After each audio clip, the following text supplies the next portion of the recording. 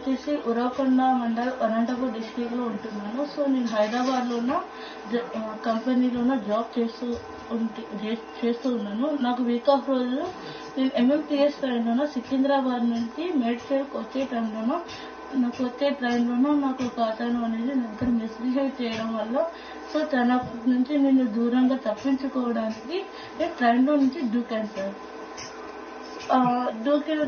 దూకినప్పుడు నాకు ఏం జరిగింది ఏంటి అనేది అసలు గుర్తుకు లేదు. నాకు నెక్స్ట్ 2 days తర్వాత నాకు మా అన్నని చూసిన తర్వాత తను ఏమైంది అని అడిగితే నేను చెప్పాను సార్ నాకు ఇలా జరిగిందన్న. అంటే తర్వాత పోలీస్ వాళ్ళు వచ్చారు ఇన్వెస్టిగేషన్స్ కోసం. వాళ్ళు నువ్వైతే పడలేదు, నువ్వు దూకలేదు, నువ్వే కింద కాలు జారి పడావు, వీడియోస్ రీల్స్ తీసుకుంటా అనేసి అన్నారు.